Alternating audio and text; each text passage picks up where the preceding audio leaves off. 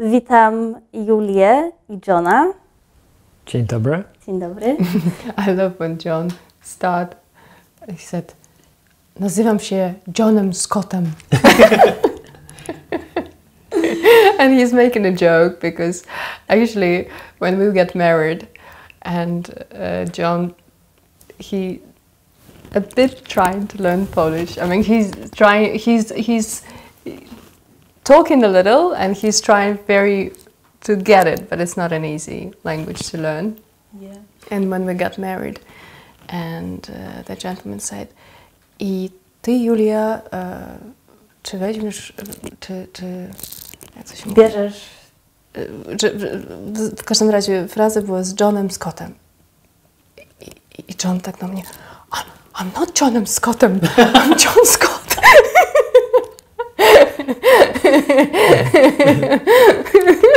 So John, can you tell me a little bit about yourself, about your yoga practice, and maybe how your yoga journey began? Natalia, we're talking about several lives here.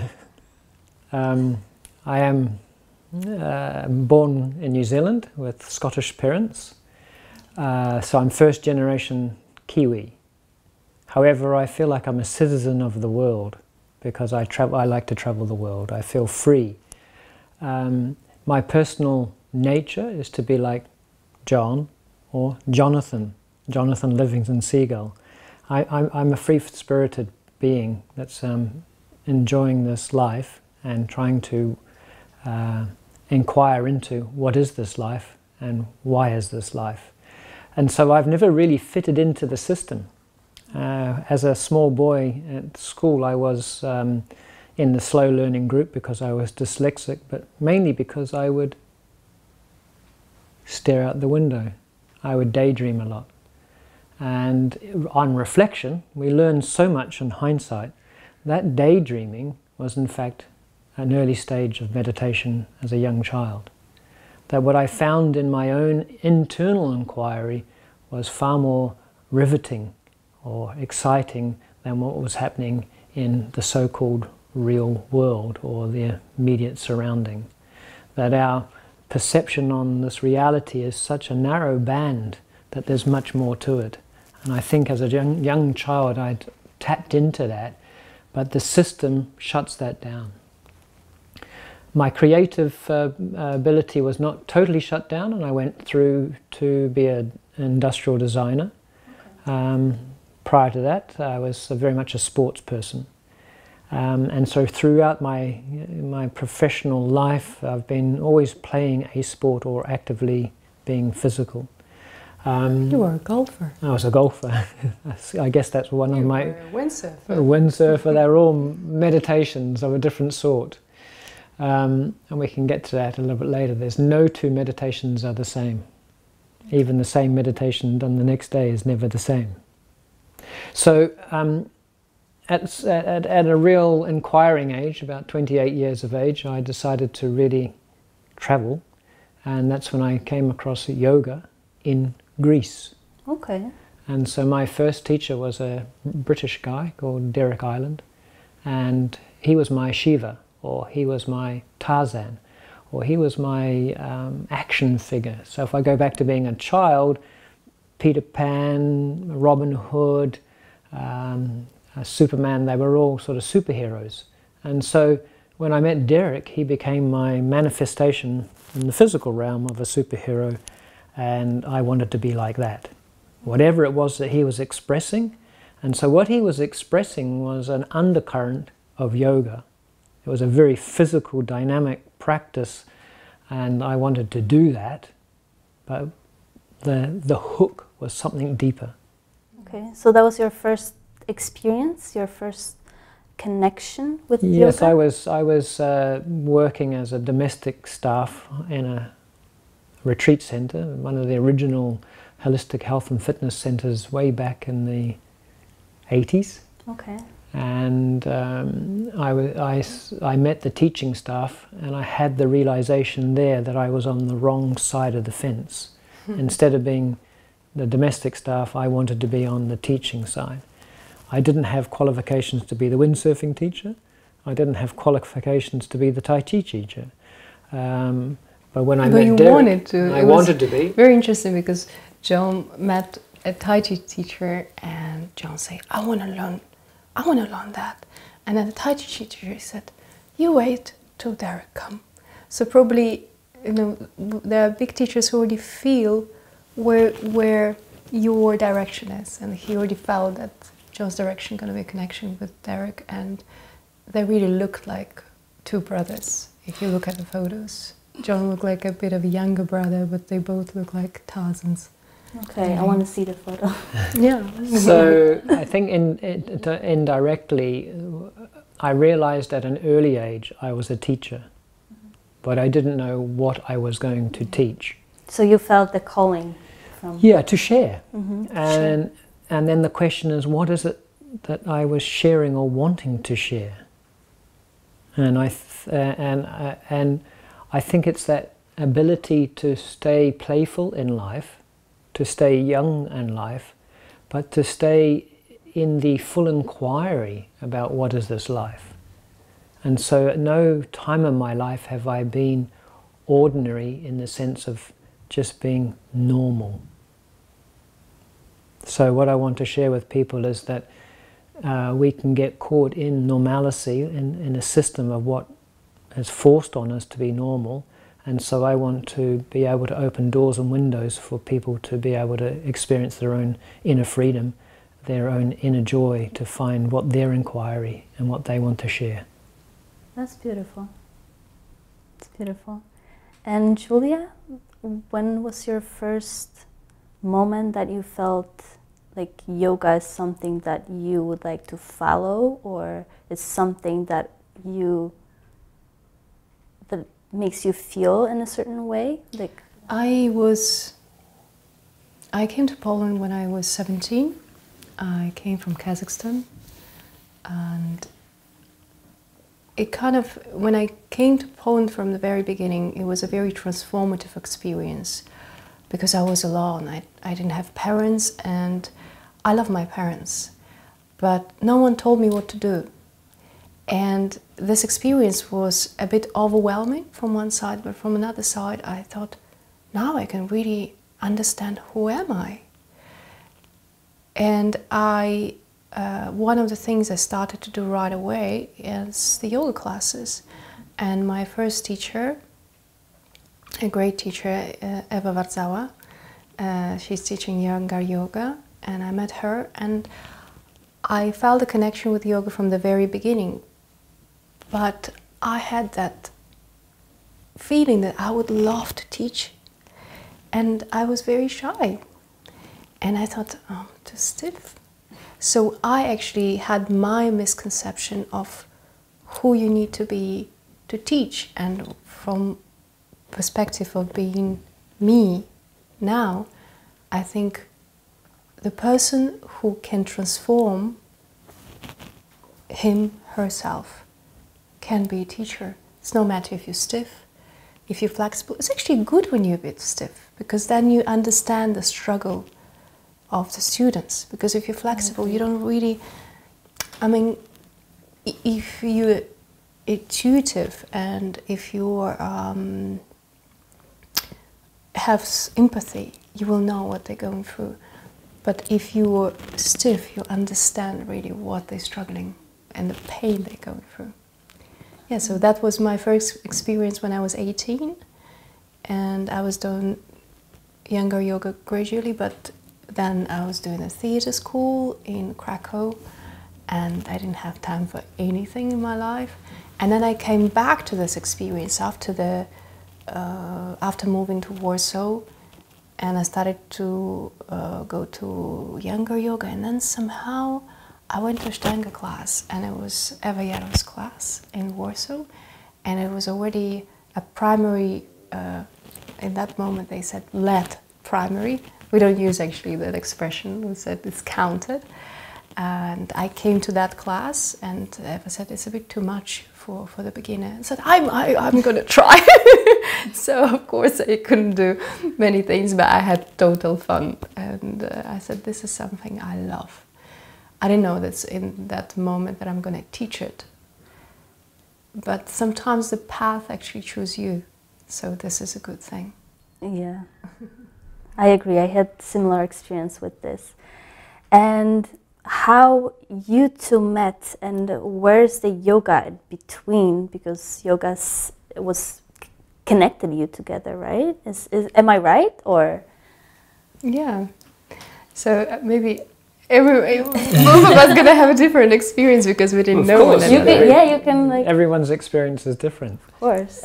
So for me, it was excited. I just came from Peru, and I really wanted to go to John's retreat, but I didn't have the money, honestly, at that moment, because I spent all my money there. So I remember, but I said, but I can afford to go to theory class. And I was doing my nails. I exactly remember that moment, and I said, should I go or should I stay? And then I thought, I'm gonna go. I want to know who is John Scott. And I entered the Ashtanga yoga studio, and John came in the first 10 seconds to me, and he was quite direct and quite strict. And he said, who are you? Why are you here on the third day? I haven't seen you. And why are you in jeans? And I was a bit in shock with all of that. What did you answer? It was the third day, the 5th class. And so by day 2 or day 3, I know all of the students' names. Yeah. It's one of my things. It's a personal connection. Absolutely. And so I make sure I even write the names down, or I write them on the mats, or I put a label. And so Julia wasn't the only person that arrived on that evening class. There was another man. And so I go up and I shake hands. And so I make them welcome. So I welcome the new people. So for Julia, arriving on that first class was my 5th class. So it was obvious that she was new. So I went straight up to her, and they were green jeans. So not just blue jeans, they were green jeans. And she happened to come to a class that was not just a lecture or theory.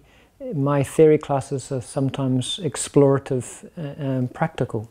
And my design background means I like to work out how things work. And so we've got a yoga practice. And for me, I go, well, what comes before the yoga practice? So it's what did the yogis, how did they learn their practice? And an aspect of that is watching babies, our body grow and develop into physical movement. So if you wanted to know what this is, you go back and you see the baby. So I've had 2 children, and I've watched my children go through their physical development and saw sequences. And then realized that those sequences were the same whether you're a Chinese baby, a Polish baby, a New Zealand baby, or an English baby. Okay. And so I've put together a little, what I call a baby sequence.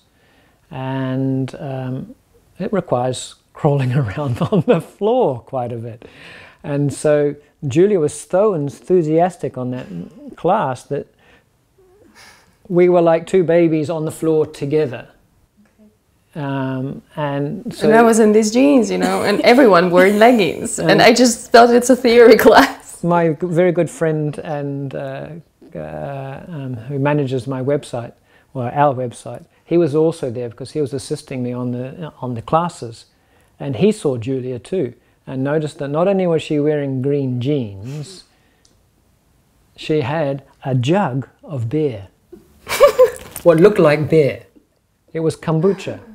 Okay. So, because I'm a person who lives life through inquiry, of course, green jeans, beer, crawling on the floor willingly with big smile was like, who is this person? Yeah. So, at the end of the week, we made, Julia actually had a leaving party. But at that point, we were able to then, once the work was done, make a connection. Yeah. John was very professional, and he kind of gave me a little signs of the attention, but I couldn't really understand if the signs of the attention, or he just liked me as a person, or just a student. I was completely I was disoriented, but you know, sometimes you even think, it's a very actually good topic, because I was thinking, I can't fall in love, he's a teacher, it's just inspiration, I can't mix these things. But when your body is actually starting to be much smarter than you and showing that it's not inspiration, it's something more, you just have to listen to that. So at some point I said, okay, no, I just have to admit what I feel, and that's all. And then at the end of the week, John really kind of came and in front of my face, he's a real Scotsman, he just admitted that there's something going on and we have to talk about that. And that was relieving, because I thought it's not my illusion, it's really happening. Yeah, so that was our beautiful. meeting. So that was the beginning of your journey, your yoga journey together, right? Because Yeah, now and you're I think that the interesting too, Natalia, is the fact that we might have age difference, but in a state of yoga or in a state of inquiry. What's special about inquiry, if I go back to the term of daydreaming, when you go into a daydream or into a focus, you're in a timeless place. So the construct of time doesn't exist. So we met in a timeless place on a yoga workshop. If you are participating in that realm, you're transcending the normal, ordinary, mundane world. And so what we connected on was a deeper level than a superficial level. And so that's what's been the real bonding and attraction, is that we've actually two souls that are really wanting to travel in the inquiry of life together. And so in the 4 years that we've been together, we've traveled nearly most of the world, Northern Hemisphere, Southern Hemisphere, all on yoga adventures. Yeah, and it was also always a good Beautiful. exam, because when you travel a lot, you actually starting to know each other a lot, because you see each other when you're really tired, when there's something going on and you forgot something, and it's Cancelled and flights. cancelled flight, and we really had good exams in terms of life, and yoga definitely served us very well in that, and we could see what we still have, what we need still to work on, what is done. It is a great journey. You need to find, like, John started his journey with Derek, and he found an inspiration. So, yoga is not a pull. You don't have to really have the guru, but you need to have someone on that path who you trust, and you see how you can develop and what is coming from that journey. So I think it's important to find inspiration. A good word is mentor. Mentor is a good word, yeah. A teacher or mentor who will not only believe in himself, but really will believe in you. Because it's not only about the practice, physical practice. It's about connection. And if the teacher, mentor, can make a connection with you, then it shows that you can go through that, and you can have a trust that you're not alone on that journey. And in some point you can let go, you have your own wings, and you can fly. But in the beginning you need to start walk, and someone have to hold your hand, really, in that moment. This Yes, is my if you have opinion. self-motivation and self-inspiration, you can learn anything, you can do anything by yourself. But you'll probably make many mistakes, and if you make, as Julia says, if you can make a connection to a teacher or a mentor, then the journey is going to be easier in terms of some of the pitfalls. The yoga practice, however, is a solo journey, but as Julia's pointing out, all we have in this world is relationship. And so the yoga journey is to find that connection to yourself, but in some cases you need to be doing it for somebody else to set that commitment and that discipline. Exactly, and more in that world, people just need to have a commitment so they could really learn the discipline. And so the advice is to find a good mentor, a good teacher, or a friend who is practicing that could be a friend mentor. that you can start with someone. But the understanding is that every journey, that's a classic saying, starts with the first step, not to look at the syllabus. If you ever look at the syllabus or the end product, then it's always daunting. So for me to learn Polish, if I think of the whole Polish vocabulary, forget it. I've got to start with the fundamentals. I've got to learn how to say hello. And so with the yoga, you have to learn how to say hello.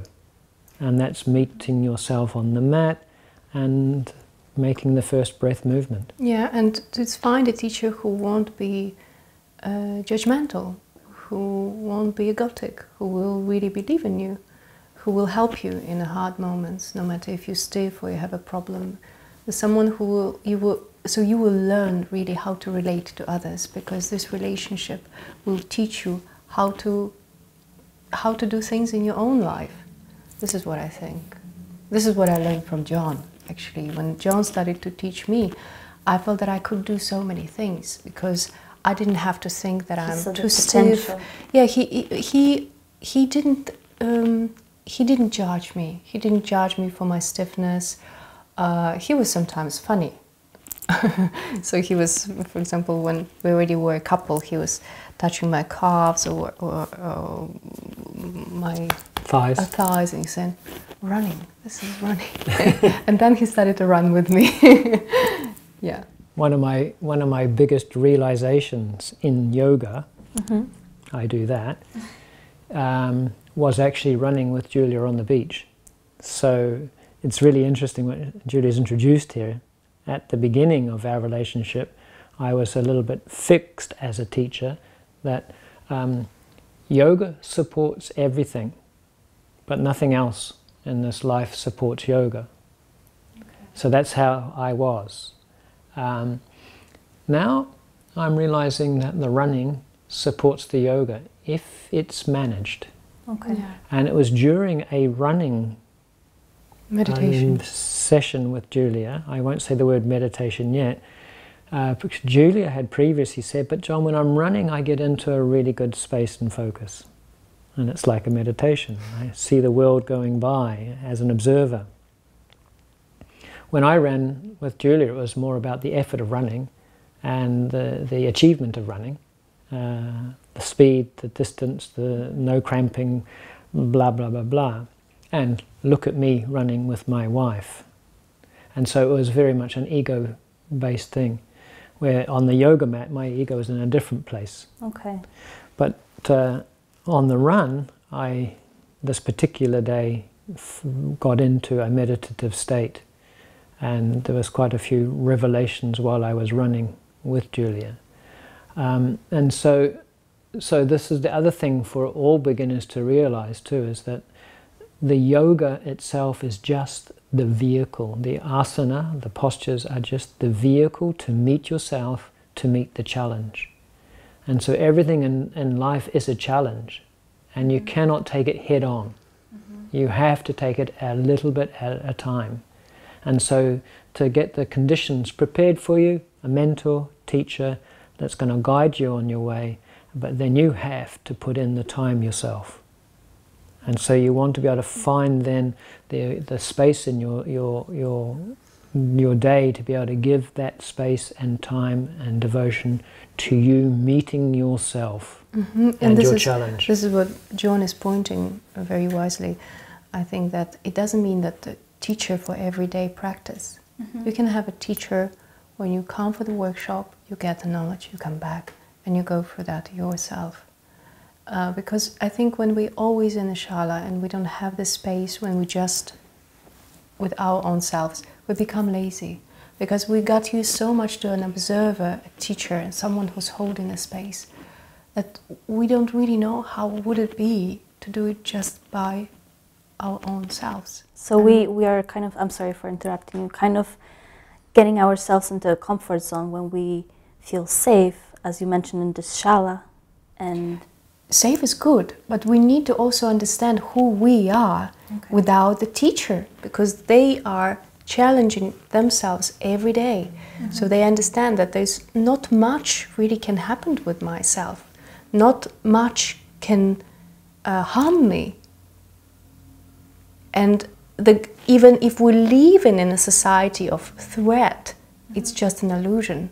And we need to find our own freedom in that. That's why I'm saying that I really wish everyone to have their discipline, because it keeps your connection with your own self and you keep yourself out of the fear factor. And it's, yes, I say it's no matter if it's meditation, or if it's yoga, or it's some kind of a sport practice that keeps you track, but it has to have a focus, because if you don't have a focus, if you are not in a meditative state, it won't happen. So you really need to be focused. For us, Ashtanga Vinyasa Yoga is perfect way of the meditation because it's dynamic. So you connect it with your body, you connect it with your breath, you connect it with your mind and with your thoughts, and you actually can see what's happening in your mind and in your heart while you're practicing. So you actually you can see, observe, and maybe sometimes redirect it too. I agree. And do you have a tips for someone who struggles with self-discipline? Because for me, self-discipline is something that I know is very important, and I also trying to discipline myself to meditate every day. But there are some triggers that you're losing your focus. There's something. So do you have any tips from your own experience, from your own life, to tell someone? Well, one of the things about self-discipline is that to do anything for ourselves or to help ourselves or heal ourselves is the most difficult thing. And that's the main thing that we need to be able to learn. But it's much easier to help somebody else. So for me, I do my yoga practice for myself, but not for myself only. I do my practice so that I can help others. And so that's what motivates me to get up in the morning to practice, is that I'm not doing it just for myself, I'm doing it for somebody else. Okay. So you can extend that to also having a practice partner. So when you then have a practice partner, you have a commitment that you are accountable to. You know, let's meet at 8, let's meet at 6:30, whatever time. So, and also when we then do retreats and workshops, we have a teaching team. So we have then a bigger group. We might have 4 of us in the group that are committed to practicing together, so that we can then teach our student group. So there again, we're working for ourselves to be able to work for others. So if you do your practice for somebody else, then it's selfless motivation. Okay. And do you actually practice together? Yes, we do. Yes. We do, and because now John had a surgery, he had a very hard surgery on the eye, so he can't do a physical practice, but he's doing the visual meditation. So we put 2 mats, and I'm doing my moving asana practice, and John is doing his practice in his mind. And he's doing it for more than 2 months, and he's doing amazing. And he has his inquiry, he always has something to write down. So we were doing the Surya Namaskar B, and then we went to the Warrior, and John said, I love the Warrior. It's just so grounding. And then today I was practicing and said, God, John had the realization actually in his mind. So what's happening that he feel that he really doing it, even his body is still. And the mind can't really know if it's really happening or John just imagine it to himself. So it just merges, and he's really doing this practice. And even physically, his body is still toned and strong. So this is quite an unbelievable experience. A number of things here. We're talking inquiry, we're talking meditation, we're talking exercise. The yoga asana is very much an exercise. If you just do an exercise, you will be physically healthy. You might even be a little bit more mentally healthy. But it's more than a physical exercise. When we turn it into an inquiry, what am I doing? That changes it into a concentration on what you're doing. What is the exercise I'm doing, and how am I working in this exercise? And when that inquiry goes to a deeper level, the concentration gets deeper, and therefore then it becomes a meditation. Now the meditation is, in my case, the method of vinyasa is I count every breath movements. So we count in Sanskrit, so it's like a mantra. So I'm continuing to count all the time. Now I've been practicing for over 30 years. At the beginning it starts off like an exercise because you are very much on the physical and what it looks like from the outside.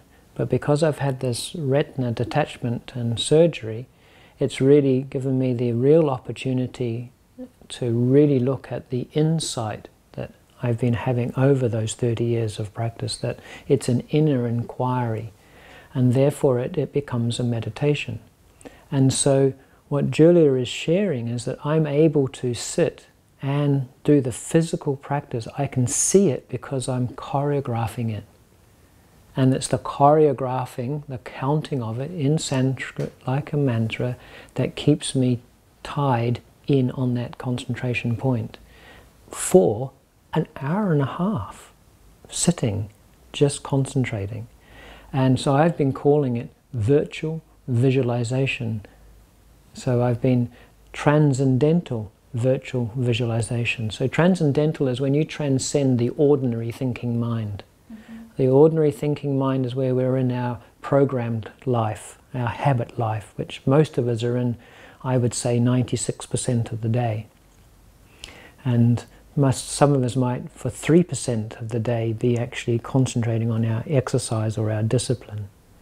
1% of us might actually be in complete flow with what is all the time. So the yoga exercise practice is a practice for life, so that you're able to meet all of the things that come into your life and accept them, understand them, and flow with them, not be in reaction. So yoga is about learning to be in a state of response, a response to what is. And so I'm in a response to what is in terms of surgery. So I just want to say that as a beginner, you might be learning and progressing daily, but there will be a point where this becomes the content of your practice, and then you'll start to realize that each day really is about recovery. You're recovering from an injury, recovering from an operation, recovering from a relationship argument, recovering from COVID-19, recovering from losing our job. So we're in when we're ever on the mat, what we're doing is reclaiming our own security, safety, and the surrender to how special we are in ourselves, so that we're able to respond to the situation and not be in reaction. So 96% of the population are in reaction and therefore in suffering. And those 3% of the population, they're in a different place. They have a mindset. And so there is a new mindset that's starting to shift the consciousness. And that's what the attraction is for the 96% of us, because they see that the system's all against them. And then they can see that there are other people that are able to achieve. And so what it is that motivation comes from seeing someone else. Self-discipline is by someone mentoring you, giving you a set thing to do, you then doing that practice. So it's a very progressional thing, and nothing ever stays the same. You're going to change and change and change. Even your body changes. The whole cellular makeup of the body's changing all the time anyway. So there is an essence that is the same all the way through. What is that? It's the same John for 60-something years. There's something that's the same, but the body's not the same. The actions aren't the same. The thoughts are not the same. The thoughts are not the same. The pleasures are not the same. But there's something that's been a continuum all the way through. And that's what I'm really connecting to and wanting to share with other people. That it's really magic. So that then you realize that when you're in response rather than to reaction, you start to realize how exciting this is. And it's not to put, 96% on like opposite, but we need the discipline, and as a people we need to hold on to something, and I think more and more we understand that the system of the education and our living in the system is not perfect, and we need to learn to breathe. We need to learn to focus. We need to learn to work with our body, and if we have it, then we can really sustain ourselves. Then we can really start to think for ourselves. And this is a question: what is wrong in the system? Why there is no such a knowledge? Why it's not given to the children from the very beginning? We already know that we need it. How important the breath is in the practice of yoga? The breath is the bridge between the physical world and the spirit world. To be a little bit more specific, the physical body is moved by the breath. Okay? The physical body is moved by the breath, and the question is, what moves the breath? That's the mind or the thoughts that move the breath, that moves the body. And then the question is, well, what moves all the thoughts? Where do all the thoughts come from? And so to go into that inquiry, we have to start somewhere. So if we start with the body, it's going to ask you to breathe. But you can do many things in the gym and not be aware of the breath. So in the yoga practice, we do go in from the breath to move the body, rather than going into the gym, moving the body to move the breath. So the breath is the bridge. It's the bridge between the physical body and the mental body. So the breath's the energy body. So we've got a physical body, an energy body, a mental body, and then a wisdom body, and then a bliss body. So we want to live intelligently in this beautiful natural world. So we have to somehow get through the filter of this mental body. And at the moment, the mental body, that 96% or 95% of your time is just running on programs. And those programs are reactions, memories, associations, assumptions, and projections. If you take those out and ask, who am I?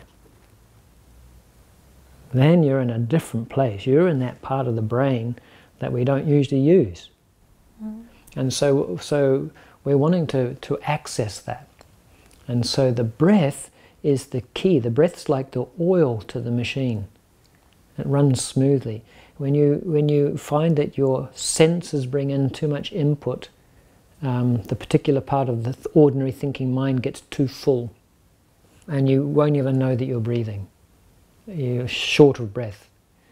And the moment that you start to focus in on the breath, what ends up happening is, Julia calls it noise. All of the stuff that we have going on in our head is just noise. And the one way to put a silence to that noise is Julia just did then. She did a big exhale and a big inhale. The moment you start listening to the sound of your breath, we call it Ujjayi, free breathing Ujjayi. Ujjayi is the victorious breath. It's the one that is the tool.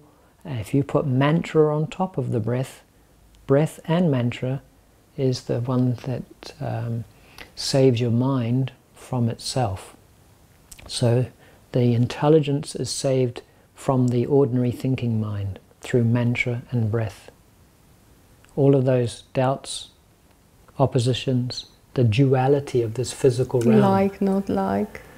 Yeah, all of those problems dissolve into the central and becomes non-dual. So the breath is very key, very key. Thank you. That was beautiful.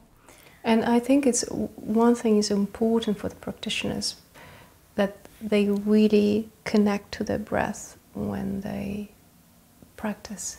Because I still see that many people not connecting to the breath, or they don't do a three-dimensional breath. They just survive. They also survive on a mat. But if you just put attention to a breath, what's happening with your breath? How can you change it? How you can make it fuller? This is the moment when transition, the transformation is happening. This is when you connect it with your own self. When you're not thinking the breath, but you just connect it with the breath. And I just wanted people to feel it. So Julia mentioned a beautiful term, three-dimensional breath, and went, some people just go in and out. Definitely you're a teacher, Okay. So you can see also So happening. in and out, you can use it in your classes, it's just two-dimensional breathing. Can you quickly show how the three-dimension breathing looks? Well, the three-dimensional breathing is, first of all, you've got length. That's an exhalation right down the length to the base of the spine, and then an inhalation, let's say up to the crown of the head. So there's your first dimension, is length. So there's a length in your breath. You have to focus to find that length. The second dimension is to breathe wide. So we can breathe first dimension length and width to the armpits to the side ribs. So now we've got a two-dimensional plane, but we're actually a three-dimensional physical body in a three-dimensional realm. To arrive in the third dimension, we need to get the third dimension of the breath. And so we need to breathe into the sternum and the heart, the back of the heart. So then we've got length, first dimension, exhale, inhale width, exhale resolve back into the midline down to the root, then inhale length, width and depth. That extra little bit of inhalation and exhalation down is three-dimensional. Now the interesting thing is that we've got one dimension, that's people that don't even know that they're breathing. God, or the essence of energy, is keeping them alive. Two-dimensional breathing is, we're exercising and we're doing some good for the body. Three-dimensional is accessing that heart space. When you start to practice from the heart space, receive from the heart and relate from the heart, we're in the third dimension. When you're counting it, now when you're counting those breath movements, the number of breaths that you have, so when you're becoming accountable to that heart breath, time stops. This is the paradox of measuring. When you measure the third dimensional breath, you enter the fourth dimension, which is time. It becomes timeless. Now it's in that timeless place that past, future are no longer there. They've collapsed into the moment, into the present moment. So the three-dimensional breathing is the real yogic breath, is to be able to access, to be able to arrive in this beautiful temple, this physical body, to be in the space of your own body, to be comfortable in your own body, to be resourced in your own body. And we have to bridge it through the breath. John, I want to ask you because previously you said that we all kind of need a mentor. Do you think like online place or online teacher or the connection through the online platform can be something that people also can use as a mentor? Yes, I think so. I'm a little resistant to modern technology, being a designer before the computers. So I'm so used to doing things by hand. However, I have been on, as I said, 2 Zoom rooms, and if it's managed in a way that it still puts the student in the position where the student is learning to be independent, that the relationship with the mentor or the teacher is to check, because a teacher's a guide. The teacher's just guiding you and making sure you go in the right direction. And if they see you going the wrong way, they say, you're going the wrong way, you could still have a look there, but come back. But to be totally reliant that each class, each practice that you do is on the Zoom, I think that's too dependent. Yeah. And this is also why we do in Ashtanga Vinyasa Yoga, because this is a practice that gives you possibility to do it yourself, that you don't have to go to the class, that you actually have your sequence that you can repeat and you learn it again, and actually it's never become boring, because I know that people say, how can you do the same thing every time? But I'm doing the same thing, but I'm every day different. So I'm going to have different thoughts, I'm going to have different body, I'm going to have completely different problems, struggles and relations. And when you have one stable sequence, you feel safe in that. So you're actually starting to be very stable and safe in your practice. And you learn much more from yourself. But if you every day have something different and you take a bit of this, a bit of that, I mean, it's hard to find a discipline. And especially if you don't know the sequences, if you don't know the asanas, how you can make practice yourself. And this is also a thing that I remember myself, and I started to practice this at Ashtanga Yoga Studio in Warsaw before I met John. And the hardest thing for me to go to this self-practice class. And I thought that this is for very advanced people, but it's not. And this is the thing that I would like people to understand, the young yogis. It's not, you don't have to be advanced to go to self-practice class. You just have to take responsibility for yourself, to learn the asanas, to learn the names, to learn the count, so you will be responsible for yourself, for your practice, and you're not going to be led anywhere by anyone. And this is a beautiful freedom at last that you can have with your own self. But we're afraid of that so much, just that we're afraid to be alone in that. But we come alone and we die very often alone. So we actually need to face that moment of being with our own selves. And this is so beautiful when you actually understand who you are. And that we are not given this opportunity when we're in this consumption world. We wake up with a phone, we go to sleep with a phone, we watch the TV, we do things, and all of us, we are in that matrix, and we are also these metrics. And we need to understand that we have to have a moment of getting out of that to really understand who we are and how we need to function in that matrix. So the system won't work against us, and we won't feel that me and my, and how can I that we will stop struggling in that system, that we actually start to say, okay, I can actually make the system to work for my own self, and I don't have to rely on that.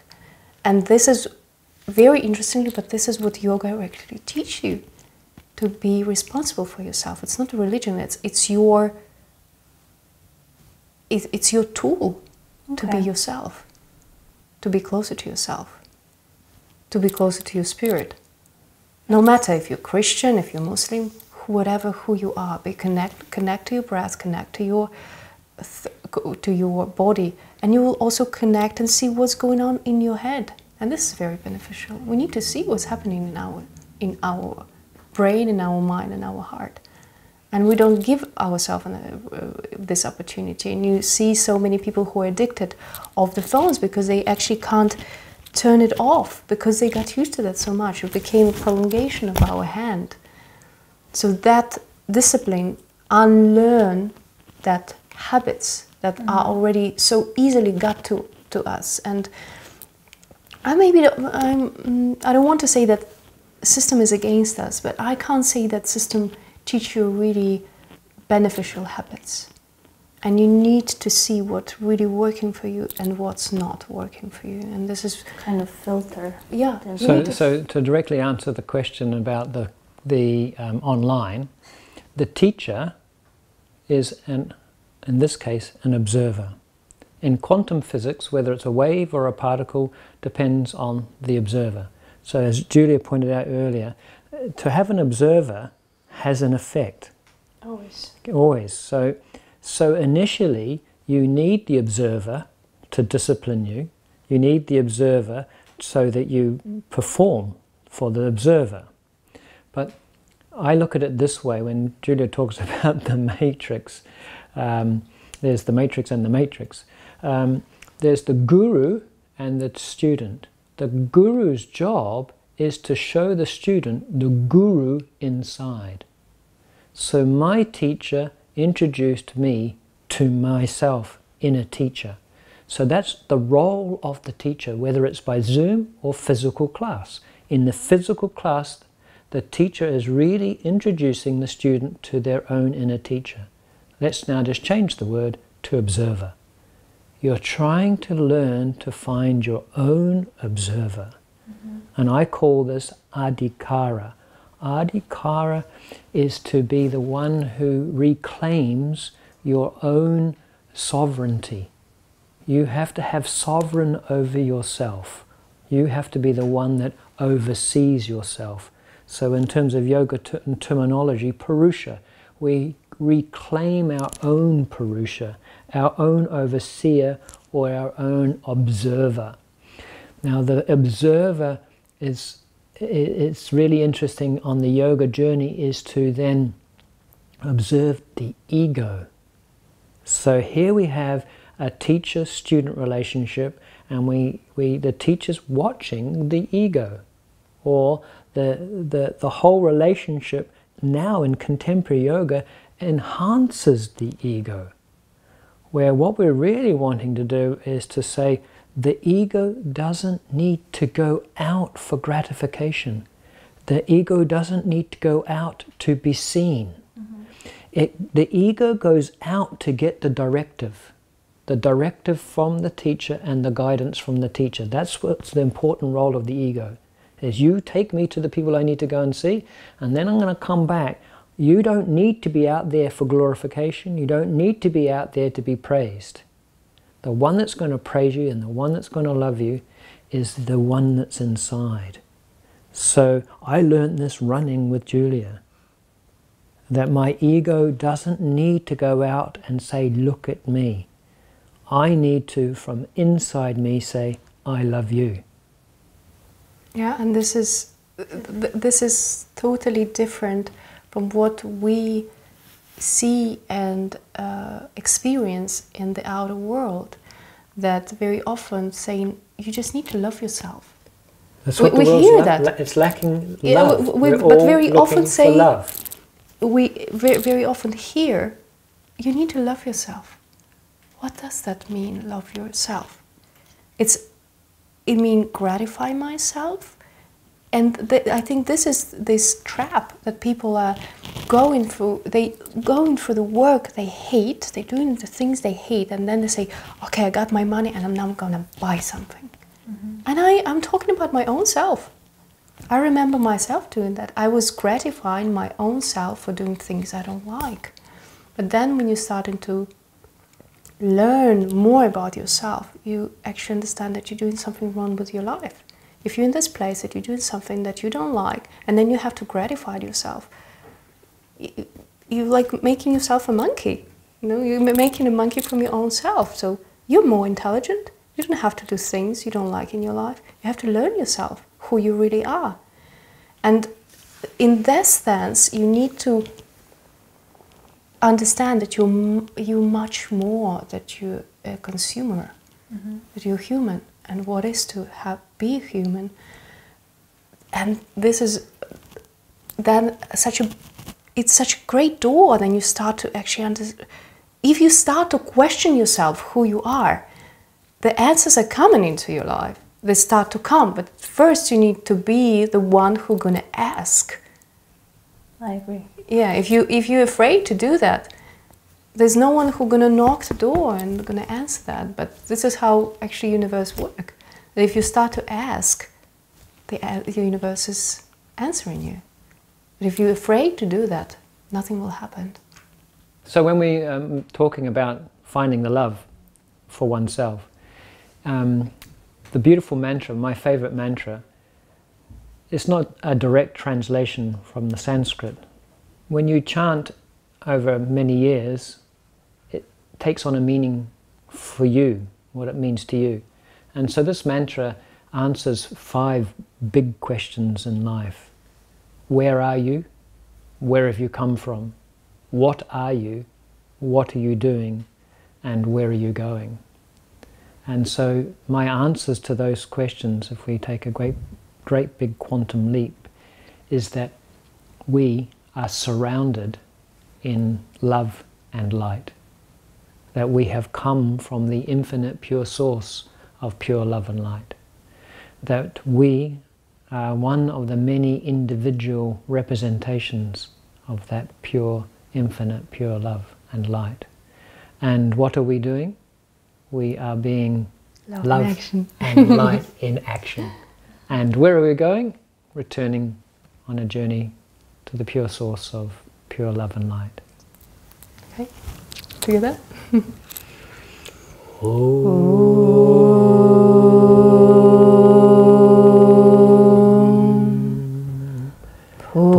Purnamada Purnamidam Purnat Purnamadachyate Purnasya Purnamidaya Purnamivavashishyate.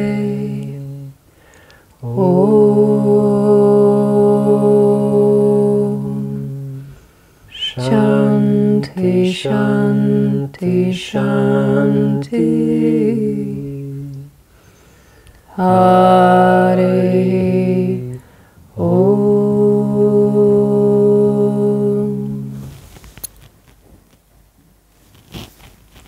Thank you. Namaste. Thank you. Thank you. That's beautiful. Thank you. Thank you.